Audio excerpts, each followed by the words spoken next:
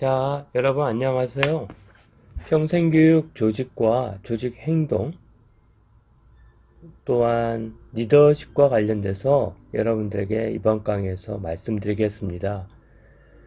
평생교육 조직은 무엇이고 또 조직행동, 그러니까 그 조직 속에서 개인이나 집단이 이 조직의 구조와 조직의 어떤 규정과 조직의 문화 속에서 어떻게 행동하는지를 살펴보는 학문이 경영학에서 조직 행동론입니다. 이것 평생교육 조직에서 조직 행동이 어떻게 일어나는지 이것들을 좀 살펴볼 것이고, 또 평생교육을 이끄는 리더들의 리더십이 무엇인지에 대해서 간단하게 말씀드리겠습니다. 여러분들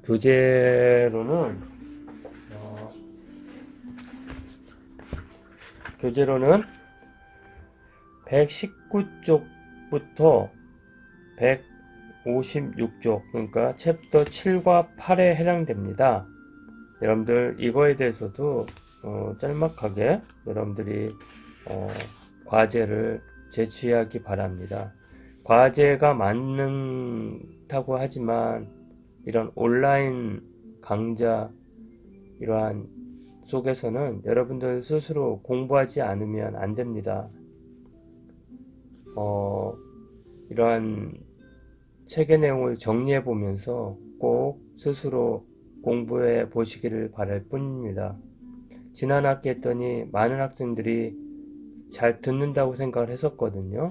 그런데 기말 시험을 봤더니 반 이상이 백지였어요. 그때는 좀 더 이러한 과제가 없었거든요. 그랬더니 대부분 학생들이 잘 듣고 실습도 잘하고 해서 이 수업의 내용들을 잘 이해할 거라고 제가 스스로 생각했었는데 정말 기말 시험을 봤더니 반 이상이 거의 많이 적지는 못했어요. 덕분에 평가는 쉬웠어요. 50% A, 50% B 이렇게 줘야 됐을 때 B가 거의 50% 이상을 차지하니 뭐 볼 것도 없이 A를 잘 판별이 되더라고요. 이러한 누가 범하지 않도록 여러분들에게 이제 그 당시에 수강생들은 우리가 지금 30 몇 명, 40명 이렇게 되는데 90명 막 이렇게 됐었어요. 전 작지만 모르겠어요. 아마 온라인으로 제가 설계를 했었다가 병행으로 또 바꿨다가 온라인으로 강의를 해서 이렇게 되었는지도 원인이 있겠죠. 그렇지만 뭐가 여러분에게 더 학습할 수 있을지를 제가 이렇게 생각해보고 또 효과적인 학습이나 성과를 가져오기 위해서 무엇일까라는 생각을 할 수밖에 없는 상황을 왜 말씀드리냐면, 바로 이 조직 행동 속에서 제가 이렇게 결정하고 수업을 이끌어가는 거는 어떻게 보면 지금 큰 어떤 환경 속에 지금 코로나 상황이 여기에 개입이 되어 있죠. 이것처럼 학교도 마찬가지예요. 코로나 상황에 되보니까 대면 수업이 비대면으로 바뀌고, 비대면으로 바뀌다 보니 여러분들에게 새로운 어떠한 그 조직에 대한 정책, 또 그 학사 관리 이것들이 다 바뀝니다.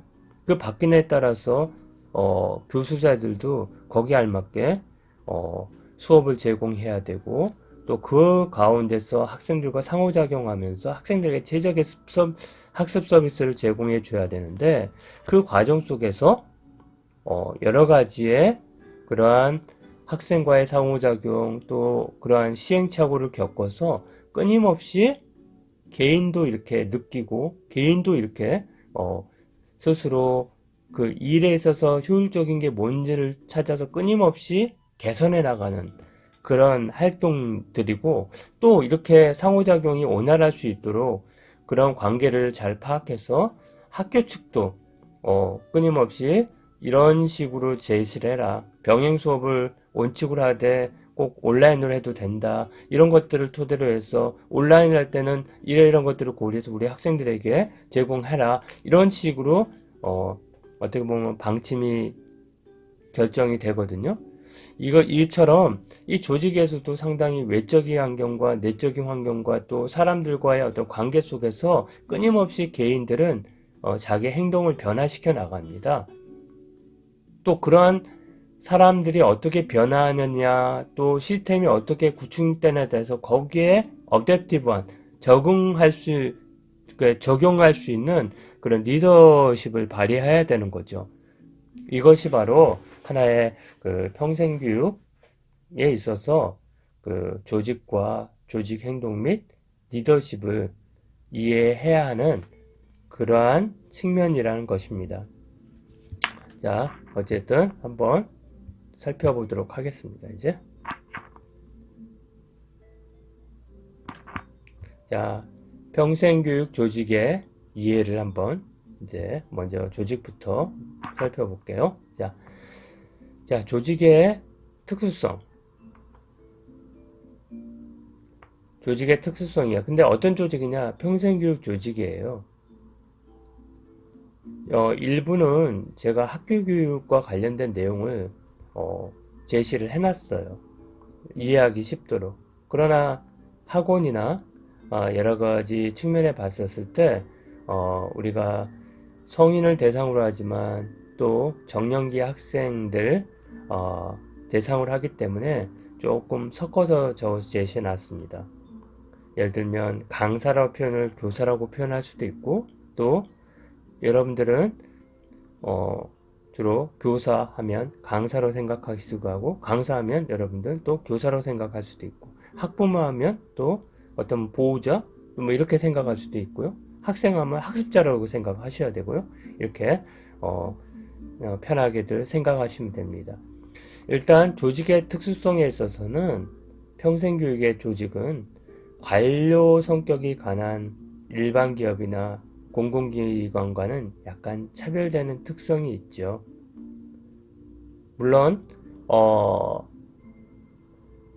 기업형의 평생 학습 조직은 어떻게 보면 관료 성격이 강할 수가 있어요. 또 공공기관 성격을 띠고 있는 평생교육 기관에서 무엇인가 창업 아이템이나 어떤 프로그램을 운영할 때는 굉장히 관료적인 그런 성격을 가미해서 어떻게 보면 위계 질서와 또 여러 가지 명령과 통일에 있어서의 일관성을 갖추고 규정과 규칙에 의해서 운영이 되는 그런 측면들이 강합니다. 그러나 일반적으로 학원이나 일단 사교육 어떤 사적 민간 기업 차원에서 봤을 때 학원은 하나의 학교 시스템처럼 운영이 되고 있고 행정을 관리하고 학원 사무를 관리하는 사람과 실질적으로 학생들을 가르치는 측면의 부분에 있어서는 관료적인 것보다는 굉장히 강사의 전문성을 인정하면서 이 강사들이 자기주도적이면서 책임감을 다할 수 있도록 어떤 과업의 지시나 또 어떠한 일의 규정에 엄격하게 규정을 적용하면 있을 수가 없어요. 예를 들면 수업 시간에 50분인데 10분은 뭐하고 10분은 뭐하고 뭐 30분 동안 뭐하고 그렇게 강제적으로 규정화 시켜갖고 하게 되면 탄력적으로 수업은 운영될 수가 없습니다. 한번 생각해 보세요. 자, 학생이 정시에 왔으면 괜찮은데 5분 늦게 온 학생들도 있고 또 처음부터 빡시게 공부가 됩니까? 오미목도 해야 되고 또 지난 시간에 이해했던 것들을 잘 학습하고 있는지, 복습도 잘 했는지, 숙제도 잘 했는데 파악도 돼야 되고, 그렇게 유도리 있게 진행이 돼야 되고, 수업 시간에 여러분들 그 학원의 수업 시간에 중간중간 학생들이 이해 못하면 별도의 어떤 과제를 주고 예시도 줘야 되고, 그렇기 때문에 이 부분은 굉장히 주어진 매뉴얼대로 규정대로 은행이나 관공서나 일하는 그런 곳과는 다르다는 겁니다. 그래서 어 일반적으로 공공기관에 있어서의 그런 평생교육 기관은 또 어떤 동사무소나 여러 가지 국가나 지방자치단체에서 실시하는 평생교육 기관은 이런 학습자 또는 주민들에게 어떤 면에서 제2의 자기의 어떤 개발뿐만 아니라 어떤 사회에서 요구하는 여러 가지 기술들을 제공하면서 사회에 잘 적응할 수 있도록 어떤 문화에 잘 적응할 수 있도록 변화하는 기술과 경제 발전에 잘 적응할 수 있도록 그렇게 어떤 프로그램을 운영하고 어떤 면에서는 주민의 이러한 사회화를 위해서 공개성과 공공성을 추구하는 게 일반적인 특징입니다. 그러나 제가 여기다가 지금 하나를 좀 더 제시하고 싶은 거는 일반적으로 지금 여러분이 창업하려고 하는 이러한 평생교육 기관은 어떻게 보면 하나의 민간기관이고 또 수익성을 굉장히 추구해야 되고 사익을 추구할 수밖에 없습니다. 그럼에도 불구하고 여러분들에게 있어서 이런 학원이라는 부분들이 얼마만큼의 공공성을 확보할 수 있는지 제공할 수 있는지 공공성이라는 건 겁니다. 뭐냐 공공의 이익을 추구하는 거죠. 그러니까 뭐냐면 내가 맡은 사람들의 수강료를 받고 수익을 내지만 이러한 흐름들이 어떻게 보면 거대한 국가 지방에 있어서의 그러한 어떤 변화의 트렌드에 잘 적응할 수 있고 또 국가와 지방에 알맞는 인재를 배출해서 적절한 자격을 부여 증응을 취득하게 한다거나 또 어떤 일정한 기업체나 일단 일정한 어떠한 일터에서 어떻게 보면 꼭 필요한 그러한 역량을 길러줄 수 있다는 그런 측면에 봤을 때는 상당 부분 공공성을 추구하고도 있다고 생각이 듭니다.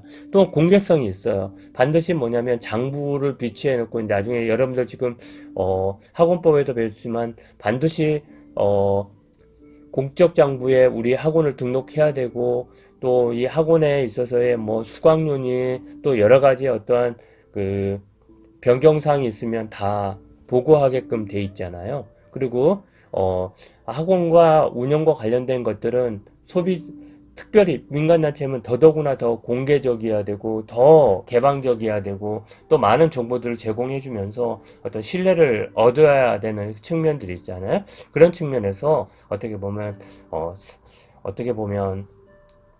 학교라는 조직은 의 측면은 다르지만 어떻게 보면 학원에서도 상당 부분 공개성과 공공성을 추구하고 있다. 물론 이 학원이나 평생교육 기관에 있어서 사익과 수익성이 굉장히 중요함에도 불구하고 이런 것들을 병행해서 제시를 해야 된다는 거죠. 또 어떤 면에서는 이 학원이나 평생교육기관에서 여러분이 창업하고자 하는 그런 프로그램에 있어서는 비인격인 상품과 서비스를 제공. 그러니까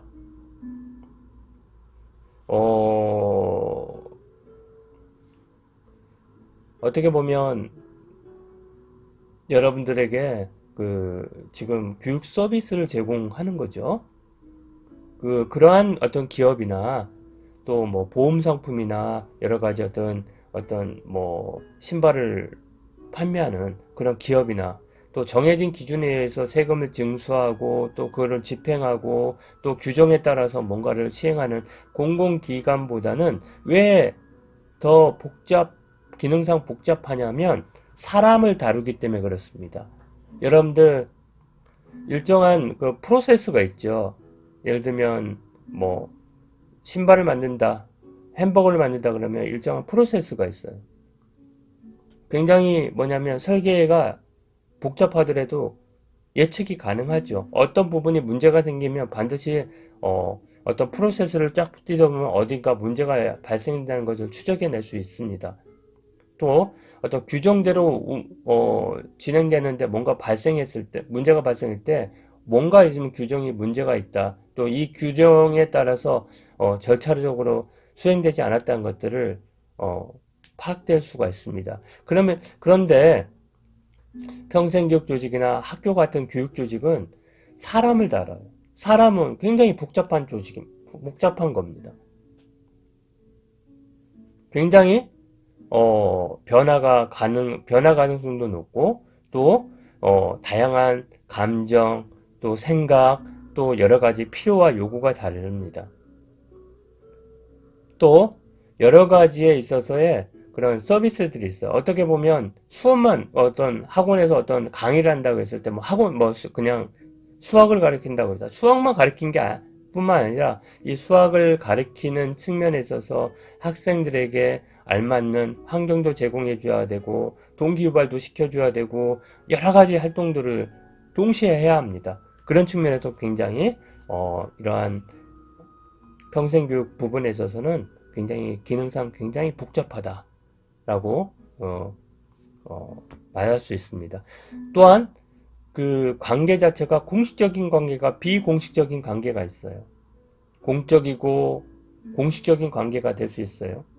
그러면 예를 들면 공공기관에서 민원을 받아서 뭔가 민원을 처리해주는, 그러면서 수수료를 받는, 이런 것들은 굉장히 공식적이면서 공적인 관계예요. 그러나 학원에서 뿐만 아니라 평생교육원에서는 그런 학습자와 강사의 관계, 또 강사와 또 관리자의 관계, 관리자와 학습자의 관계, 이런 여러 가지 관계성들을 토대로 봤을 때 굉장히 이 부분에 있어서는 사적이고 비공식권, 굉장히 선생님이 공적이고 공식적인 관계로만 수업하면 학생들이 내용은 잘 들을 수 있어도 어떤 강의라는 게 여러분들 어떤 그냥 계약적으로 내가 돈 냈으니까 듣는 그런 것도 있지만 이 선생님이 좋고 이 선생님의 어떤 여러 호의적이고 여러 가지의 어떤 지적이고 유머 감각이 있고 그러면서 수업에 어떤 흥미를 갖게 하고 그러면서 적절한 어떤 설명을 해주고 이러한 선생님과의 어떤 그런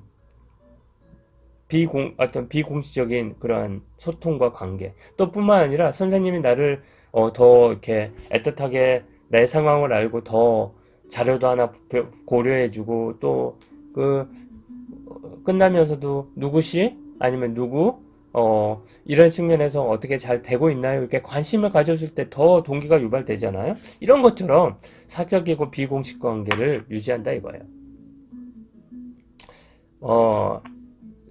평생교육기관은 어떻게 보면 공적인 또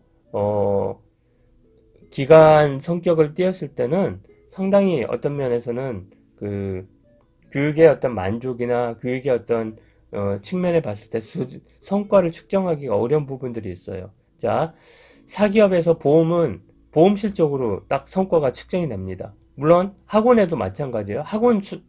몇 명이 왔냐, 그리고 얼마나 돈을 벌었냐, 이렇게 따질 수가 있어요. 하지만 학원의 프로그램에서 그걸로 인해서 어떤 프로그램에 의해서 학생이 가치관이 변했거나 또 어떻게 보면 인생관이 변했거나 진로가 어떤 결정이 되어서 굉장히 자신감을 얻는데 그것들은 어떻게 보면 보이지 않는 하나의 성과고 그것들은 측정할 수가 없습니다. 일반적으로 정부기관은 얼마만큼의 대민의 서비스를 했고 만족도를 얻었냐 조사해 갖고 얻을 수 있지만 그러한 조사만으로 어떠한 성과를 할 수가 없어요. 그래서 많은 딜레마가 빠져요. 사적인 기관에서는. 조직의 성과를 수익으로 따지면 인원수가 많아야 되죠. 그런 인원수가 많으려면 얼마나 많은 여러분들 학원 다녀봤지만 많은 프로그램이나 많은 어떻게 보면 서비스를 제공합니까? 정보를 주고 많은 부분에 있어서 관계를 맺으려 하고 그렇게 하잖아요. 이러한 측면이 평생교육 기간 또는 어떤 조직의 특성이다 라는 것들을 이해해 주시기 바랍니다. 그 다음에 이제 조직의 특성에 있어서 막스 베버의 관료제를 살펴봐야 합니다. 막스 베버는 관료제를 주창했는데 그 당시에 뭐냐면 차팔맨도 후반에서 2000년대 초반에 있어서 막 산업화 사회가 되고 다양한 도시화가 되면서 여러 가지 조직들이 발생했을 때, 그런데 이 조직이 어떻게 운영을 해야 가장 효과적이냐, 가장 생산적이냐, 이러한 조직의 어떤 유형들을 찾고 조직의 어떤 운영 방식을 찾는 그것들이 있었을 거 아니에요? 그런 관점에서 막스 베버는 관료제를 주창했어요. 최소한 이렇게 운영되는 것이 가장 원리적으로, 개념적으로, 이론적으로, 또 어떻게 보면 실제적으로 가장 합리적인 조직이다. 효과적인 조직이다. 효율적인 조직이다. 아이디얼 타입이다. 라고 제시를 했던 거예요. 그렇게 제시했던 게 뭐냐면 바로 이 관료제 특징입니다. 이 특징은 지금까지도 쓰이잖아요. 아주 뭐랄까 현대 조직의 원리의 가장 중핵적이고 가장 핵심적인 원리 중에 하나입니다. 관료제는. 그래서 이 5가지 원칙이에요. 이거 시험 문제 꼭 낼 겁니다. 뭐냐면 권위 위계 구조, 두 번째로는 규칙과 규정, 세 번째로는 사적 감정 배제, 네 번째로는 분업화 및 전문화, 그 다음에 경력 지향성. 각각이 뭔지를 한번 요 측면에서 한번 이해를 볼게요. 자, 평생교육의 리더, 그 학원장과 담당자라면 어떤 행정이나 시설을 담당하는 담당자, 혹은 또 강사의 책임과 권한은 위계가 있어요. 더 책임이 많은 사람은 학원장일 거고, 그렇지 않은 사람은 담당자 또는 강사일 겁니다. 책임과 권한이 위계가 있어. 책임과 권한의 위계가 있다는 거는 보고나 또 어떤 면에서는 지시할 그러한 고난의 정도, 또 그런 고난의 어떤 책임의 정도가 차이가 있다는 것들을 의미하고요. 자, 그 다음에 요 규칙과 감정, 규칙과 규정 봐봐요. 이거 강사들의 복무나 교육과정, 수업의 어떤 운영, 이것들은 제도적으로 이렇게 결정되어 있고, 또 규정과 규칙에 있어야죠. 몇 시부터는 몇 시까지 운영하고, 몇 시부터는 학원과정 몇 시까지 나와야 되고, 어떻게 준비를 하셔야 되고, 또 수업은 50분간 해야 되고, 10분간 쉬어야 되고, 이런 것들이 다 정해져 있죠. 그리고 한 달 동안 일하면 어떻게 해야 되고, 만약에 아팠을 때는 어떻게 해서 어떻게 보강을 해야 되고, 학생들이 오지 않을 때는 어떤 식으로 해야 되는 이런 규정과 규칙대로 운영을 해야 되는 거죠. 그죠? 그래서 복무나 교육과정 운영에 대한 시간표나 교육의 내용이나, 그래서 우리의 스텝은 5스텝이고 각 스텝마다 2달씩 운영이 되고 각각의 내용들은 이런 걸 다룬다는 것들을 사전에 결정하고 그것대로 움직이는 경우가 많죠. 이것들이 규칙과 규정에 입각한 거다. 세 번째로는 사적 감정 배제입니다. 교육과 관리는 분리된다. 아니야, 잠깐만. 사적 감정. 여기요. 정해진 규칙이나 규정이나 규칙에 적용하게 되면, 상황에 따라서 막 임기응변하고 상황에 따라서 그냥 그때그때 대처하게 되면, 혼란스러워요. 또, 어떤 조직 구성원들이 공정성 지각이 굉장히 아주 문제가 생길 수가 있습니다. A에게는 이쁘니까 B는 조금 마음에 안 드니까 달리 규정을 적용하면 안 된다는 겁니다. 정해진 틀에 있어서 적어도 2년이 지나고 나면 뭐 어떤 규정에 의해서 승진이 돼야 된다 그러면 승진을 해야 되는 이런 측면이에요. 그런데 어떤 사람은 밉보이고 얘는 좀 공이 있다고 해갖고 그렇게 하게 되면 조직 공정성에 문제가 되고 조직의 어떤 풍토 자체가 굉장히 폐쇄적이게 되고 서로 신뢰관계도 형성이 안 되는 그러한 관계를 형성될 수가 있는 겁니다. 자, 그 다음에 교원의 자격증에 의한 임용을 하는 경력지향성, 요게 학원 원장이나 강사들도 물론 교사 자격증을 취득한 반드시 있어야 되는 건 아닙니다만 가급적이면 교사 자격증이 있는 사람이 가르치면 더 좋죠. 이렇게 어떤 경력 지향성이야. 어떤 분야에서는 의사가 되려면 의사 자격증이 있어야 되고 또 예를 들면 컴퓨터를 가르치려고 하면 컴퓨터 자격증이 있어야 되고 이런 것들이 뭐겠어요. 결국 그 자격증은 그 사람의 전문성을 나타내는 거 아닙니까? 그다음에 분업과 전문화. 교육과 관리는 분리되는 거야. 행정실하고 강의실하고는 분리가 되어 있잖아요.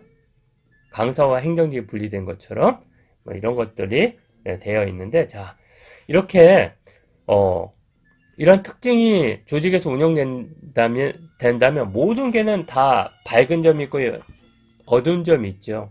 그래서 한번 순기능과 역기능을 보겠습니다. 자, 너무나 위기 구조를 강조하게 되면 어떤 측면에서의 순기능이 있냐면 일사불란한 조직 운영이 가능해요. 지시하고 명령하고 또 보고하고 그런 관계가 일사불란하게 이루어지고 어떠한 리더가 결정되면 리더가 어떤 정책을 결정하면 그거에 있어서 일사적으로 따를 수가 있어요. 그런데 뭐냐면 사람은 감정이 있고 또 자기가 참여했을 때 동기유발이 됩니다. 그러나 그 어떤 규정이 다 사람에게 맞지가 않아요. 그렇잖아요? 그랬을 때 어떻게 측면에서 봤을 때는 이게 자기의 어떤 그런 규정이나 일부에서 참여적으로 해서 규정을 개선을 요청한다거나 또 하나는 뭐냐면 보고 단계예요. 내가 생각한 것들을 윗사람한테 바로 직속 그 상관에게 얘기를 하고 또 직속 상관은 그 다음에 상관에게 보고하다 보면 나의 생각과 가치와 아이디어는 어디 갔는지 모르고 결국은 어떤 상관들의 생각대로 움직이게 되는 그런 측면에 있어서 의사소통에 저해가 된다는 겁니다. 규칙과 규정을 하게 되면 지속성과 통일성, 질서와 안정되죠. 그렇죠? 규칙과 규정대로 하게 되면 굉장히 어떠한 일에 있어서 지속성이 유지가 됩니다. 그대로 유지가 되니까. 그런데 너무 규칙과 규정을 따르면 너무 경직해. 예를 들면 규정이 없다고 해서 지원을 할 수가 없는 경우가 많잖아요. 또 규정을 바꿔야만 또 시행되는 것들이 있어. 하지만 그걸 해야만 지금 조직이 굉장히 빨리 신축적으로 지금 어떤 수요자나 또 학습자에게 뭔가 더 이렇게 그 수익을 낼 수 있는 길인데 규정 때문에 하지 못하면 그 사람도 어디 가서 딴 데 가버리는 거예요. 자, 감정을 배제하면 합리적이게 돼요. 그러나 굉장히 사기가 저하돼요. 지금 내가 아이가 아파서 그런데 지금 아이가 아파서 조퇴를 해야 되는데 이 조퇴하게 되면은 마이너스 감점을 일으킨다는 규정 때문에 조퇴도 못하고 그러면은 일이 되겠어요? 그래서 그럴 때는 정말 아파서 어떡하냐 병원비라도 주면서 빨리 택시 타고 가봐라. 그러면 이 부분은 우리가 알아서 안 돼요. 그러면 얼마나 사이가 진작이 되겠어요? 그 다음에 분업과 전문화는 전문성과 효율성은 후회할 수 있어. 주어진 일만 계속해면 얼마나 전문가가 되는데. 그러나 너무 한 일만 하게 되면 고립감과 곤태감이 일어나서 그래서 직무순환 제도가 있는 겁니다. 이 일 저 일 다 해보면서 어떤 자기의 능력도 개발할 뿐만 아니라 한 군데 일을 한 직무만 함으로써 나타나는 곤태감을 해결하고 새롭게 함으로써 계속해서 직무 능률을 향상시키는 그런 면에서 직무 순환제라고 하는데 그런 것들을 할 수 있다는 거예요. 경력 지향성은 유인 체계가 되죠. 분명히 어디 직을 가려면 어떤 자격증이 있어야 되고 또 그만한 자격을 취득하면 어떠한 대우가 있을 거라는 것들을 있기 때문에 유인 체계가 하는 되지만 너무 경력 지향성을 하다 보면 조직 내에 있어서 연공서열, 그러니까 어떻게 보면 경력이 많으면 많을수록 전문성을 가질 수 있다라는 생각을 가져서 어떤 연수가 많으면 봉급도 많이고 그러잖아요. 그런데 연수가 많다고 성과가 좋은 건 아니야. 뭐 한 2, 3년 됐지만 정말 탁월한 어떤 팀 프로젝트를 수행해가지고 좋은 어떤 성과를 얻었어. 정말 열심히 노력해갖고 이 강사는 10년 한 사람보다 1, 2년 사이에 한 3배의 수강생을 늘렸어. 그럼 어떻게? 그거에 안 맞게 보수를 줘야 되잖아요. 근데 그걸 주지가 않아. 그러면 어떻게 되겠어요? 굉장히 그 업적주의 있는 사람들은 자기 성과에 기대에 미치지 못하는 보상을 받기 때문에 사기가 저하되고 만족도가 떨어지니 당연히 뭐야? 이제 기본만 하겠다 이렇게 생각이 드는 겁니다. 이런 것들이 다 부분이에요. 자, 이제 그래서 그러나 이 평생교육 기간은 틀림없이 뭐냐면 가르치는 직업에게 가르치는 사람은 전문적인 지식과 스킬을 가지고 가르치거든요. 그래서 강사의 전문성을 바탕으로 해갖고 학습자를 교육하거나 지도하는 그런 조직이다. 라는 측면에서 전문가 조직이다 볼 수 있는 겁니다. 강사의 전문성은 장기간 교육 훈련, 전문적 지식, 자율적 통제, 책임 등으로 요약될 수가 있죠. 그러니까 전문적이라면 전문가라면 이거예요. 장기간의 교육 훈련이 있어야 된다. 그 다음에 전문적인 지식을 지녀야 된다. 자율적으로 자기 일을 통제하고 책임을 져야 된다는 게 전문가들로서의 기본 요건이에요. 이기 때문에 강사들도 마찬가지예요. 적어도 가르치려 하면 4년제는 졸업해야 되잖아요. 또 석박사 과정이 있어서 아주 고도의 전문가가 있어야 전문가여야 되잖아요. 그랬을 때 이렇게 전문적인 지식과 전문적인 통제와 책임을 가질 수 있는 부분들을 하나의 전문성이라고 보시면 됩니다. 전문가로서의 강사는 강의에 필요한 이론이나 교수 방법 및 학습자 관리 등과 관련된 전문 지식을 체계적으로 습득해야 하고 스스로 소속 전문 향상 위해 노력을 해야 됩니다. 전문가는 뭐냐면 자기 개발을 해서 자기의 전문적인 지식과 스킬을 끊임없이 향상시켜가는 사람이 전문가입니다. 이처럼 강사들도 역시 마찬가지죠. 끊임없이 자기의 어떤 수업이나 자기의 학생들이나 학습자들에게 적절하기 위해서 끊임없이 공부하고 연구 개발하잖아요. 그런데 이런 얘기가 있잖아요. 강사들은 그렇게 해서 아주 뭐랄까 어떤 학생들이나 학습자에게 인정을 받는데 교사들은 어떻습니까? 학교 교사들은 강사와 비교해가지고 맨날 주입식이다 그렇게 폄하하지만 사실은 우리 선생님들도 많이 노력하고 수업을 개발하고 하지만 정말 메가스터디의 명강사의 강의를 많이 듣지 선생님의 강의를 높게 평가를 하냐 말이죠. 그런 측면에서 부지런히 여러분 노력해야 되는 전문가다라는 측면들을 강조하고 싶습니다. 자, 학교 조직이라고 얘기했습니다. 그러나 여기에는 다 조직에 포함이 됩니다. 어떤 조직이든지 학교 조직, 평생교육 조직, 일반 기업 조직에 있어서 조직의 특성, 그러니까 내가 어떠한 조직, 그러니까 학원의 운영을 또 평생교육 기관의 운영을 어떤 식으로 해야겠다. 아니면 내가 소속할 그러한 조직이 어떤 기관이냐를 판단할 수 있는 기준들이에요. 가급적이면 여러분 창업할 때 나는 어떤 조직을 운영할 거다. 어떤 방식으로 운영할 거다를 생각하실 때 요거를 한번 생각해 보세요. 봐요. 데프트가 어떻게 얘기하냐면 금방 아까 전에 관료제 얘기했잖아요. 요거 봐요. 공식화, 전문화, 권한계층, 직고나, 전문직화, 인원 구성비 이거를 어떻게 여러분들이 조직을 설계하는가에 따라 가지고 내 조직은 관료제적인 성격을 강한 그런 조직으로 운영할 거다 아니면 아니다 전문가 조직의 특성을 가미해서 어떻게 보면 전문가들이 스스로 자율적으로 어떠한 일을 하면서 책임을 가게 하고 다만 그들에게는 뭐냐면 전문가로서 너희들이 가질 수 있는 성과만을 강조하겠다. 나머지의 그런 성과를 갖추기 위해서 전문가로서의 자율성과 책임을 주는 얼마든지 위임하겠다. 아니다. 내가 철저하게 리더로서 관료적인 측면에서 통제하고 감독을 해야 된다. 그래야지만 조직의 성과가 높아진다. 그랬을 때는 관료적인 성격의 어떤 조직을 설계해야 됩니다. 그래서 그런 측면에서 공식화, 전문화, 권한계층, 직권화, 전문직화, 인원구성비 이 6가지의 그런 항목들을 고려해서 조직의 운영이나 조직의 어떤 관리나 그런 측면들을 여러분들은 잘 조직을 설계해야 된다. 이런 측면에도 적용이 될 수가 있습니다. 첫째는 조직의 절차와 직무 내용이 문서로 표현되어 있는 정도의 공식화입니다. 자, 얼마만큼의 조직의 운영의 절차나 어떠한 의사결정의 절차, 또 직무 내용이 문서로 표현되어 있느냐, 이걸 공식화라고 얘기합니다.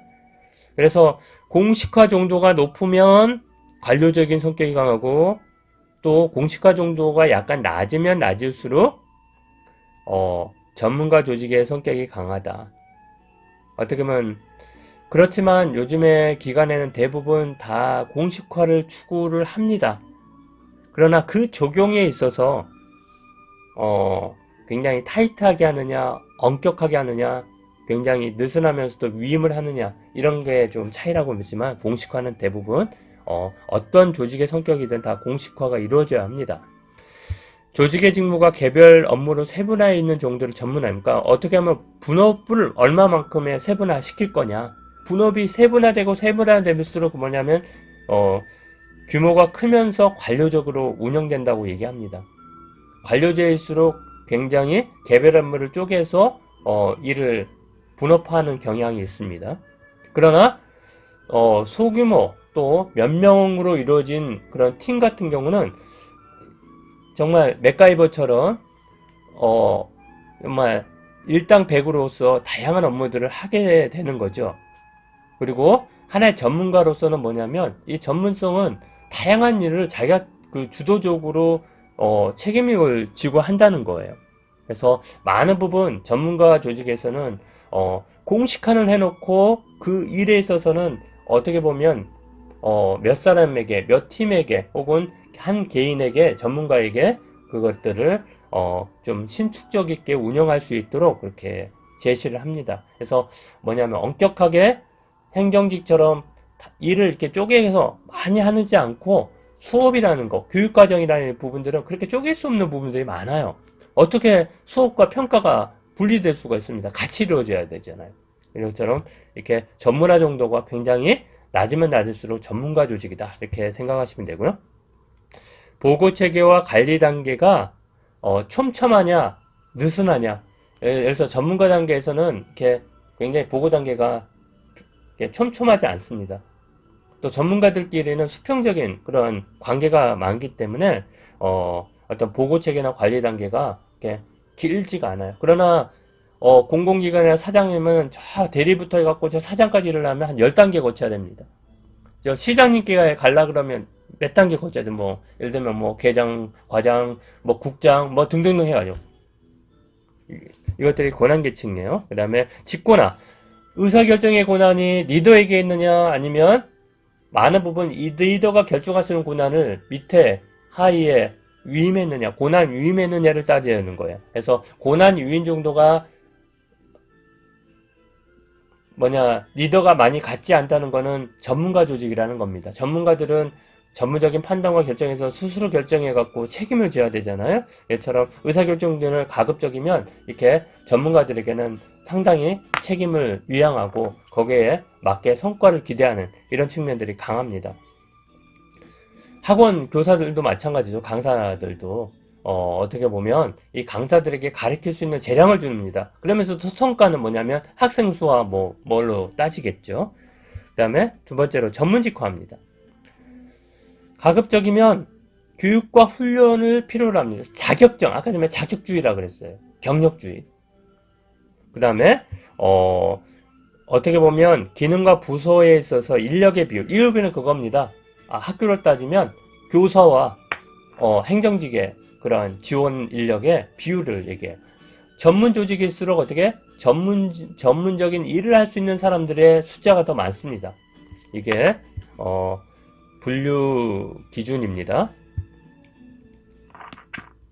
또 하나는 펠로우라는 사람은 이 4가지의 기술들을 제시해 놓고 어떻게 보면 조직의 특성을 분류했어요. 자, 첫 번째는 뭐냐면 이거예요. 하나는 과업이 다양하냐. 그 다음에 두 번째로는 뭐냐면 객관적이고 계산해서 예측이 가능하냐. 이렇게 봤었을 때 이런 기준에 의해서 일상적인 기준은 과업의 다양성은 없고 객관적이고 계산 가능한 절차. 그러니까 뭐냐면 프로세스나 어떤 일들의 측면에 있어서 이 다음에는 뭐가 이루어져야 되고 이런 것들이 분명히 이미 알 수 있는 절차라는 거예요. 이게 일상적인 기술이에요. 장인 기술은 굉장히 뭐냐면 과업 자체는 안정적이야. 그러니까 뭐냐면 예를 들면 여러분들 방맹이를 깎는 노인 소설 읽어보셨어요? 장인이시잖아요. 방맹이 하나 깎는. 이제 그거는 굉장히 안정적이야. 그러나 그런 방맹이를 깎는 그런 프로세스나 작업 자체는 굉장히 분석 가능성이 이해가 잘 안 돼요, 우리가.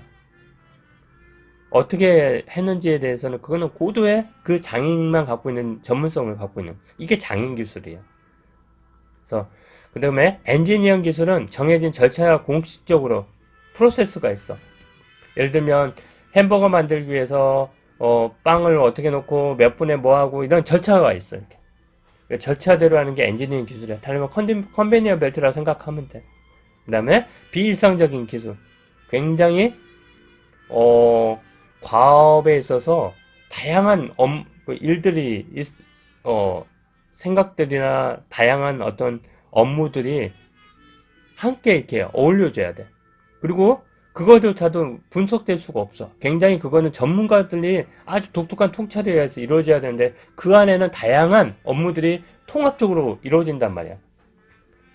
그래서 이렇게 봤었을 때 일상적인 기술이 활용하는 거는 관료적인 거, 엔지니어링 기술이 강한 거는 또 관료적인 거, 장인 기술과 비일상적인 기술이 강한 거는 좀 전문적인 조직이라고 이렇게 분류를 하게 됩니다. 자, 이렇게 봤을 때 이렇게 적용이 될 수가 있는 거예요. 자, 조직의 특성, 분류 기준을 종합해 보면 공식화 정도가 낮을수록, 업무의 전문화 수준이 낮을수록, 조직이 수평적일수록, 그 다음에 의사결정 권한이 분권적일수록 전문직화가 그러니까 전문직화가 뭐냐면 주어진 경력을 요구하는 게, 자격을 요구하는 게 높으면 높을수록, 그 다음에 비일상적인 기술과 정인 기술이 높을수록 전문가적인 관점이 강한 조직으로 운영하는 게 효과적입니다. 그렇게 설계를 해야 된다는 거고요. 반대로 공식화 정도가 높고 전문화 수준이, 그러니까 다른 걸로 말하면 분업이 이게 세분화되어 있고 조직이 수직적인 곳, 그 다음에 의사결정 권한이 직권적이고 전문직화가 강해. 이거 강할 수밖에 없어. 이렇게. 그러나 공무원에서는 학력에 문제가 차별이 없잖아요. 그렇지만 어떻게 보면 그래도 일정한 자격을 요구하는 게 일반적이잖아요. 그 다음에 일상적인 기술과 엔지니어링 기술이 높을수록 관료적인 관점이 강한 경우로 이렇게 운영이 가능합니다. 자, 여러분, 팀의 학습 조직까지만 얘기하고 이 파워포인트로 일단 여기까지 내용하고 그 다음에는 제 2탄으로 2부로 해가지고 강의를 하겠습니다. 자, 팀으로서의 합평, 대부분 팀으로 운영합니다. 예를 들면 팀 같은 경우는 굉장히 불확실하면서도 어떤 일정한 어떤 과제가 수행하거나 어떤 프로젝트를 수행할 때 어떻게 보면 기존에 있는 관료적인 조직으로 운영했던 그 프로젝트 수행이 어렵죠.